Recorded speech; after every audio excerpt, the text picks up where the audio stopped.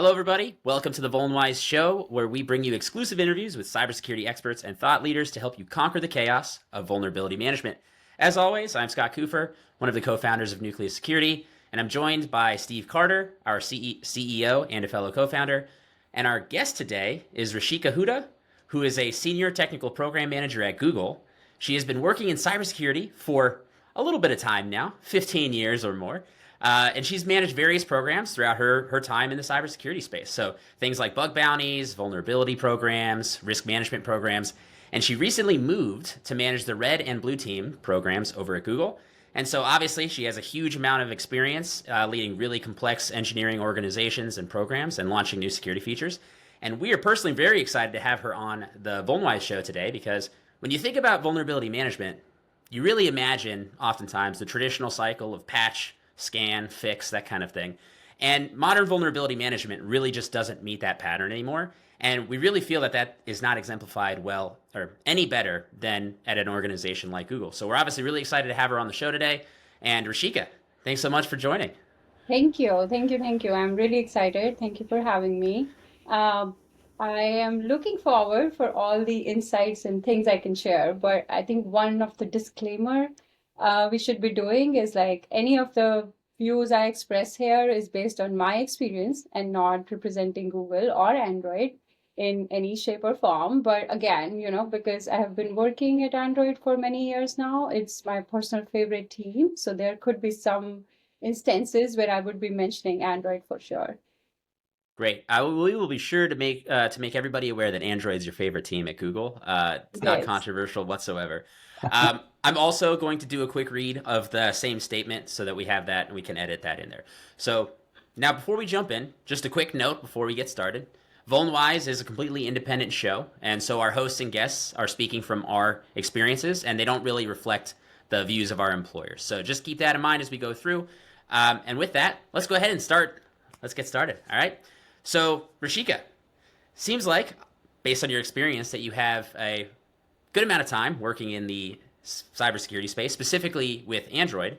Um, would you be able to tell us just a little bit more about how Android's patching system and the bug bounty program works in general? I imagine that a lot of our listeners just don't have the privilege of being able to really be familiar with this part of the industry, and it's such a core part. So, yeah, let's go ahead and start there. Yeah, yeah, absolutely. And like I said, right, it is, I don't know if we said this in the start, but I have been with the team of Android security and privacy for 5 years now, handled various security assurance programs, including VM, VRP. So most of the things which I'll be sharing will be around what we actually do, right, in the behind the scene, which people may not know, right? So in terms of Android bug bounty, we we really appreciate and recognize the contribution of security researchers who submit security vulnerabilities to our program. So, based on when you submit a vulnerability, what exactly happened behind the scene will cover in a little bit when I talk through the entire patching process. But the one of the key differentiator from different bug bounty programs across the industry is we are very much industry standard in terms of our monetary rewards. We have long-term researchers working with us, starting from people from college or doing academic research to up to, very strong researchers across, different parts of the world. And then the other piece, which is probably not a big differentiator, but then we always try and do is provide acknowledgements to the researchers, which is basically mean if you have submitted a critical or high vulnerability and we have given you a CVE, we actually have like a wall of fame or, anything you want to call that page is. It's about we put your name against the CVE. That means that you can have it in your LinkedIn profiles, on your resumes, and you can tell the world that I submitted this X vulnerability to Android and they gave me, this particular CVE. So that CVE is pretty much owned by you in terms of that was your finding.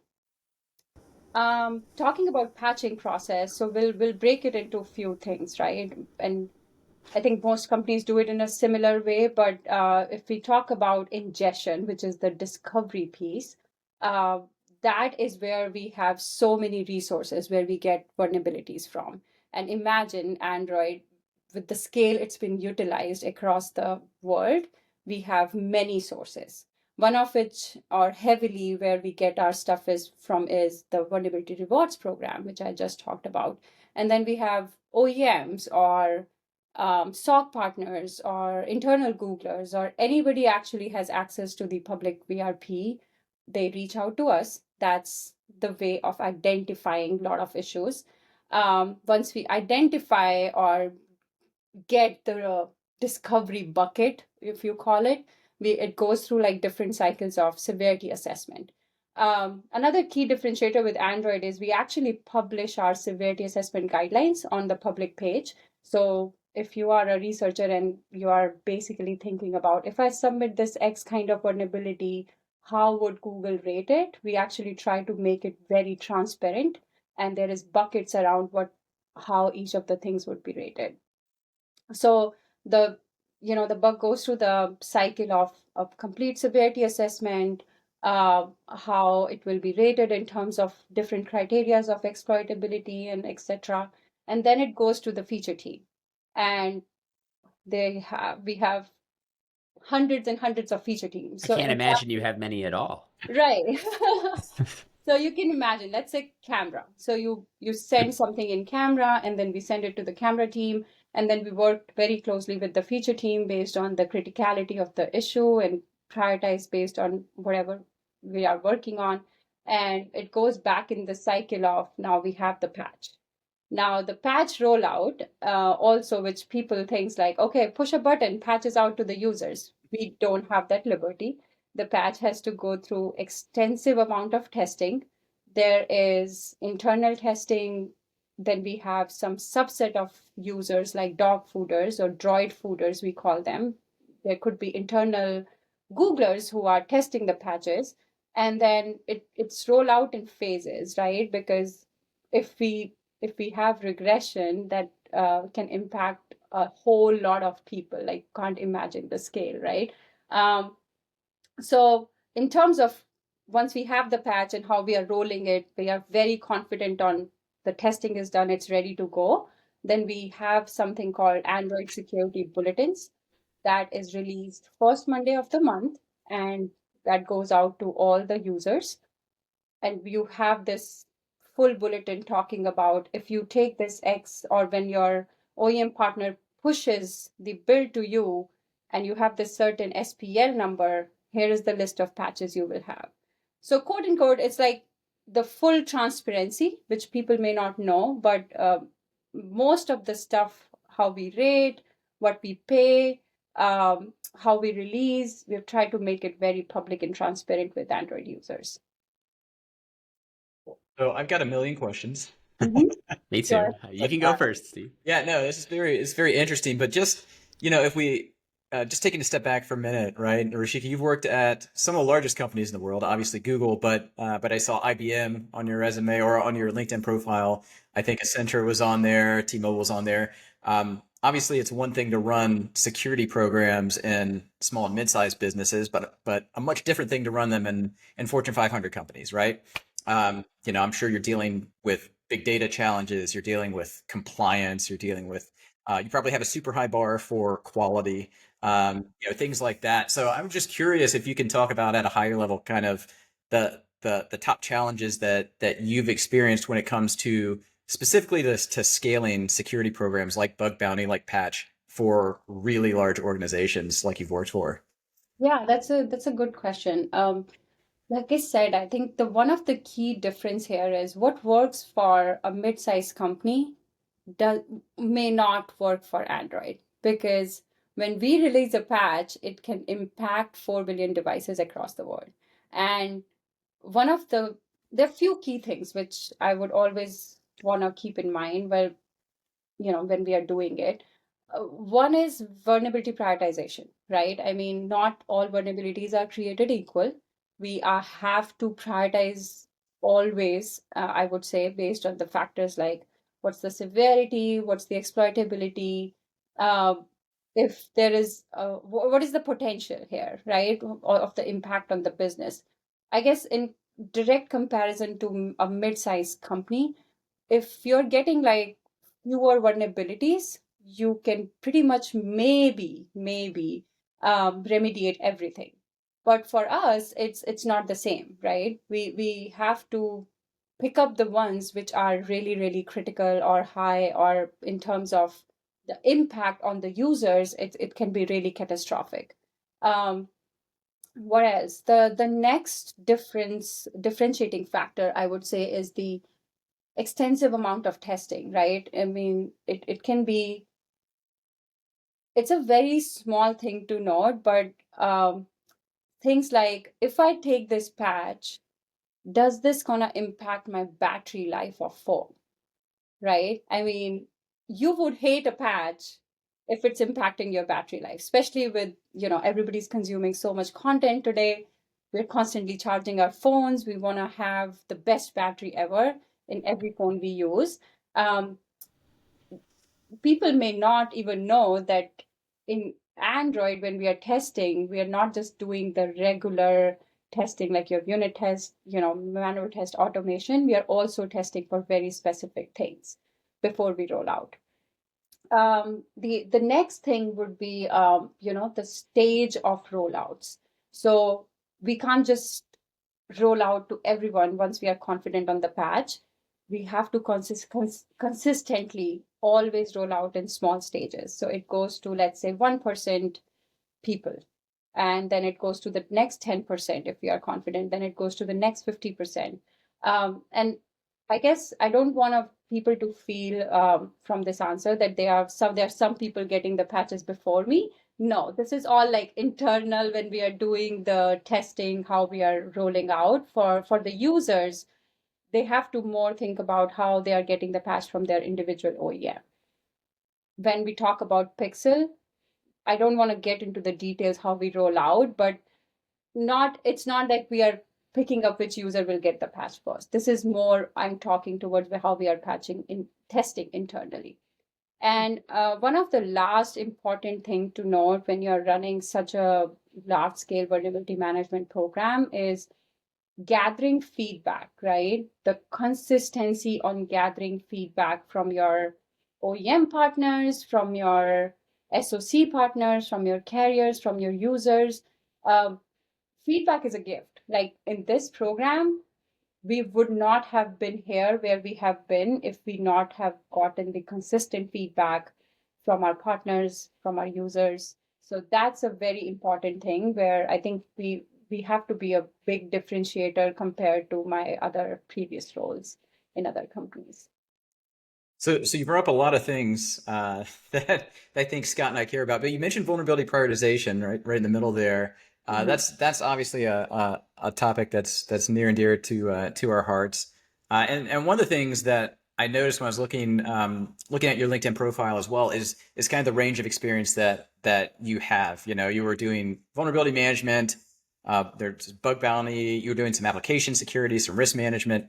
And then I saw that you had an MBA as well. So you've got that kind of business mindset clearly, right? And, when I think about kind of all those areas of cyber that you've been involved with, at some point in those processes, prioritization has to happen, right? You have to assess vulnerabilities for risk and prioritize them. There's a lot of different schools of thought on how to prioritize vulnerabilities. And it seems like large organizations in particular can have like wildly different approaches. Some have very sophisticated risk scoring methodologies that, they've got PhDs working on this stuff. Some use threat and vulnerability intelligence. Some just take, CVSS scores and vendor severities and leave it at that, right? It's all over the map. So on that topic of prioritization, I'd love to hear about any kind of best practices you've seen when it comes to prioritization, or how you'd like to approach vulnerability prioritization. And it's not a selfish ask at all, because as Nucleus, we have to support all of the different ways that people are prioritizing. So if you can put a stamp right now that says this is how you should do it, and we can make everybody else do that, that'd be awesome. Oh my God, I don't think so. I should be doing it because I think vulnerability management is one thing where one size doesn't fit all, right? I mean, sometimes people think that if you go to a course and learn vulnerability management and then you come to a company and then you can build the program. Absolutely not. Just sorry to break everybody's heart, but it's a very different style how it works. So I guess the prioritization, it's important, but at the same point, it's very tailored to the program or the company you are in or the kind of program you're building.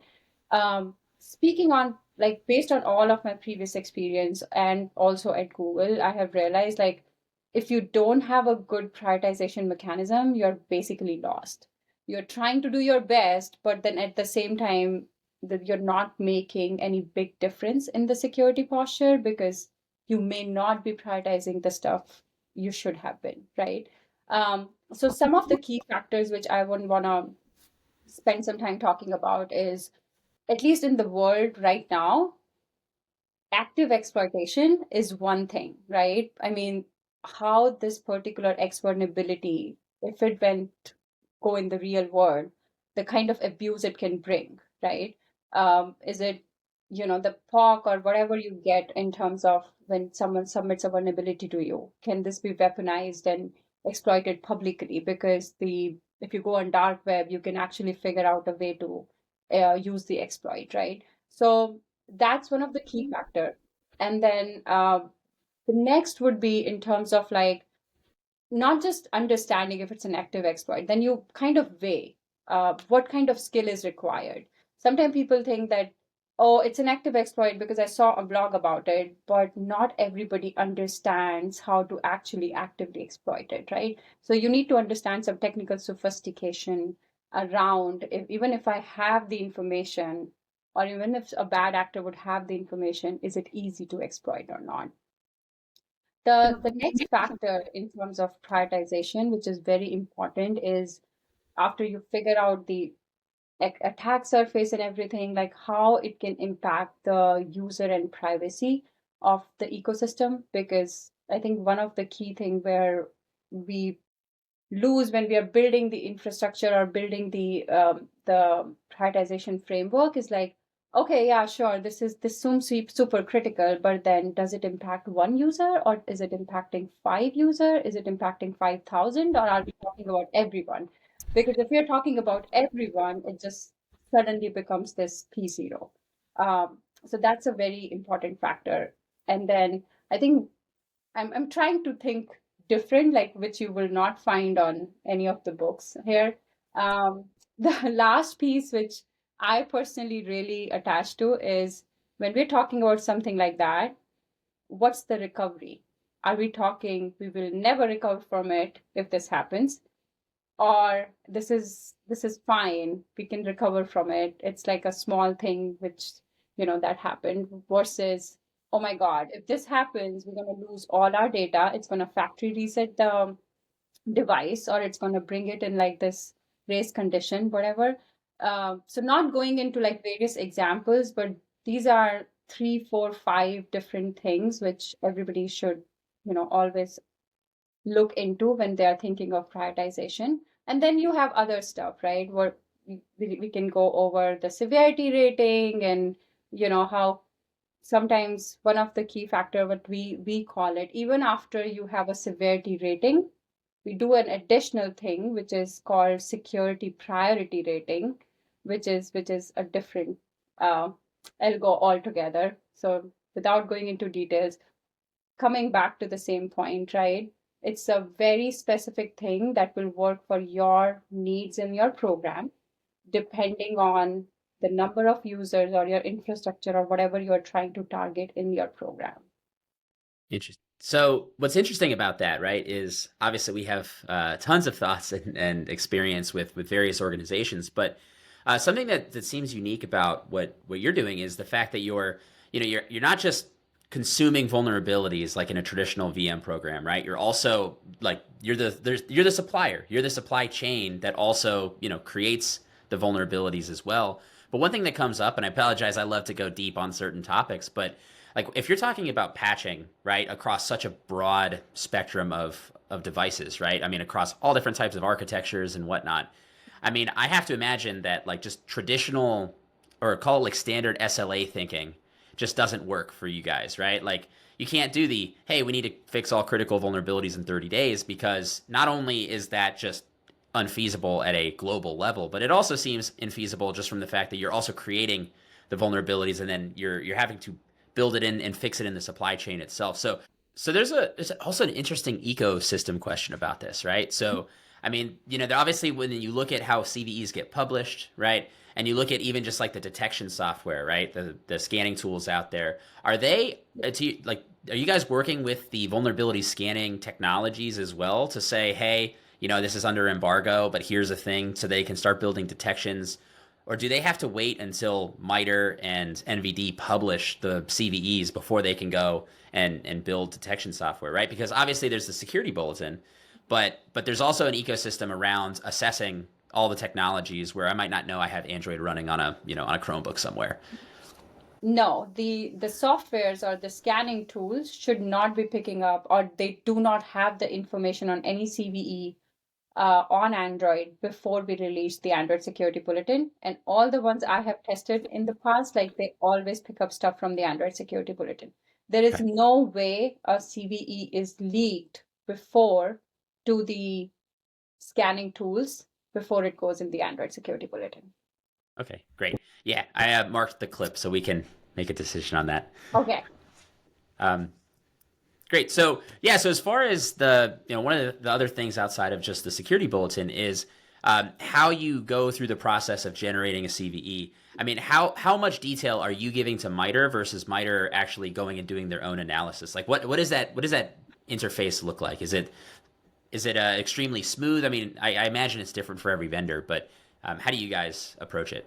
Yeah, so for Android, I think it's very smooth. Like we have been working with MITRE for many, many years now. So the month when we release our Android Security Bulletin, we also upload the JSON with all the information on the CVEs, and every information which you see on MITRE is either submitted by us in any JSON or Word file, but I'm not aware if MITRE adds anything on top of what we publish. So I would say like we are doing the main part behind the scenes in terms of whatever you read there for every CVE.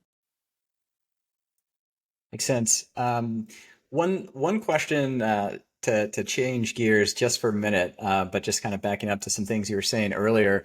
So at Nucleus, one of the things we're focused on is really helping large organizations not just remediate vulnerabilities faster, but also helping leadership understand how their VM program or exposure management program is just doing over time, right, at a higher level. And it's a little self-serving, I guess, because it helps to shine a light on the ROI of the product that we sell. But ultimately, the goal is to enable leadership to make better decisions about where to focus resources so that they can continuously improve their program. So I know you've got a lot of VM experience, in previous roles and things like that. So I was just curious, based on your experience doing VM for some of these larger companies, what's your perspective on measuring, I guess, the effectiveness of how well like a vulnerability management program is doing? Are there any specific metrics, let's say, that leadership should be focused on or management should be focused on in your opinion?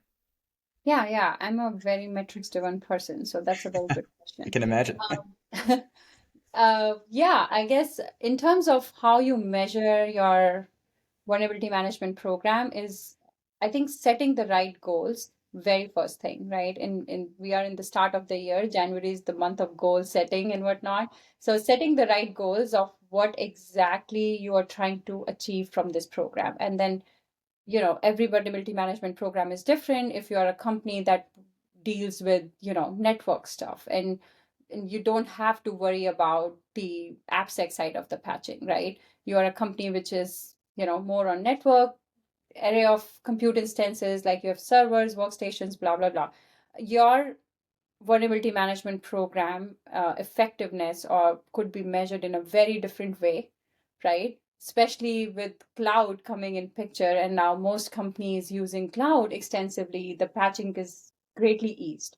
And I would say automated pretty much. And then, or you're based maybe like transferring the risk to the company who is giving you the cloud, right? I mean, you don't have to worry about your vulnerability remediation in the piece which is outsourced to a company or you have taken the cloud from. So I guess coming back to the actual question, like it is very different based on what exactly your goals were. Now, let's say if you're a company where you are doing everything on-prem and the way how you're doing prioritization of vulnerabilities and whatnot, and your goal is not to have a single security incident this year. And that's a good goal to have. I mean, I feel like it's always good to have security incidents, if I can call it that way. Not good to have, but it teaches you so much. Like every incident teaches you so much. So if you say like my one of my goal here is I do not want to have any security incident, then that's your first thing where you're measuring yourself against. Um, it's I think coming back to in terms of like the effectiveness, the actual effectiveness, I traditionally don't think that just the fixing of vulnerability should be directly correlating with your program is doing awesome. You have to think about, is it not bringing that vulnerability back again? Am I fixing it for a larger mitigation effort? And I think one of the biggest example that comes to my mind right now would be the memory safety bugs, right? Android or any OS sees memory safety bugs. That's where you want to be like, oh, this year I would not want to see a lot of memory safety bugs. How are you addressing it? Are you addressing it by every vulnerability that comes in, I'm going to fix it? Or are you addressing it by writing better code in memory safety languages, right? Yeah. So that's where my personal experience, I would say, like always think bigger in terms of how do you want to address the root of the problem instead of just this band-aid of every time I'm going to patch this thing when it comes in. Does that answer your question? Yes. Yeah, I love it. Root cause analysis is like something I'm very, very passionate about, and yeah, ultimately, like that's the best way to look at things. I mean, SLAs I think are kind of table stakes in terms of just measuring, hey, how's my program doing? Are we achieving the SLA Yeah. that we have to achieve, from compliance, whether it's compliance driven or internally driven. But yeah, looking at why are we creating these vulnerabilities, or why are these same types of, categories of vulnerabilities surfacing in the organization? Why is this happening? And to your point, yeah, it could be that, you're not writing memory safe code. It could be, a certain framework or programming language that you're using for that matter, right? It's Yeah. it could be a lot of different things, but that's one thing that I think that, most organizations, that's a high level of maturity, right? Mhm. It's rare that we see that even in larger organizations, that level of sophistication in terms of monitoring programs at a higher level. So Yeah, it's yeah, yeah. awesome. I'd like to quickly add one more thing, which really helped me in my previous roles is sometimes bucketizing the bugs you're getting. It's a small metrics to have. Like if you have like 10 buckets of here's my top 10 areas where I've been getting vulnerabilities, and then picking up from there. I'm going to pick up the first 5 this year and we will fix the root cause problem, because with limited resources, especially in the economic times we are in right now, we have limited resources, and how do you better utilize your resources in fixing the problem would eventually eliminate those categories. So in terms of metrics, always have this metrics of what are the first 10 categories, and then pick up 3 or 5 for a specific year and say this year these 5 will be eliminated, and next year when I run this metrics, these 5 shouldn't be in the top 5. Right. And And there you go. If you what you've start. just hit on is something that I'm very passionate about. We have a lot of passion here at VulnWise. But I love the idea of threat modeling, right? And everybody gets, they put up a mental block every time I bring up threat modeling, because they think, oh, how do I threat model a single vulnerability? They start going down these rabbit holes with risk scores and how do we find the needles in the haystack and probabilistic prioritization mechanisms. And I'm over here saying, well, if we just categorize all of the stuff coming in, and you just say, hey, of the categories, which of these categories represent the most risk to my business, right? What keeps me up at night?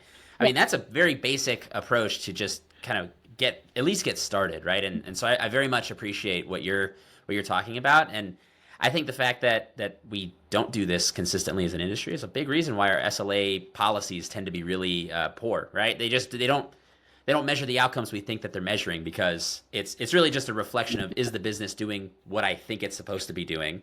But we're setting them up in these generic ways and we're not addressing root cause issues. But that's me on my soapbox for the for the session today. We are running up on time though. So Rishika, we very much appreciate the opportunity to speak with you, and thank you so much for coming on the VulnWise podcast. I'll leave it to you at the very end. Do you have any final words of wisdom or a single piece of advice for other vulnerability managers or directors of VM?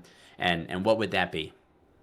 Oh yeah. Okay. Last piece of advice. Focus on Left the easiest prioritization. one. I Easiest know, question. right? Focus on prioritization, metrics, and one thing which probably nobody will tell you.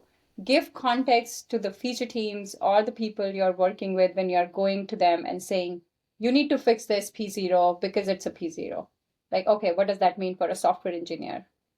He's not a security software engineer, let's say, right? So whenever you're talking to, and you can switch your context based on who you are presenting to. Of course, if you're presenting to a VP, your context will be different, why we need to fix this X thing, versus if you're talking to a engineer on someone who has to fix a vulnerability. So I think a lot of people focus about prioritization, SLAs and whatnot, but the context is missing in industry. Like when you're putting your pitch, even if it is a small bug, just add the context how this is going to impact the entire chain of attack, right? If we fix this X thing, it's going to eliminate 10 different vulnerabilities for future. So that will be super helpful. Try that next time.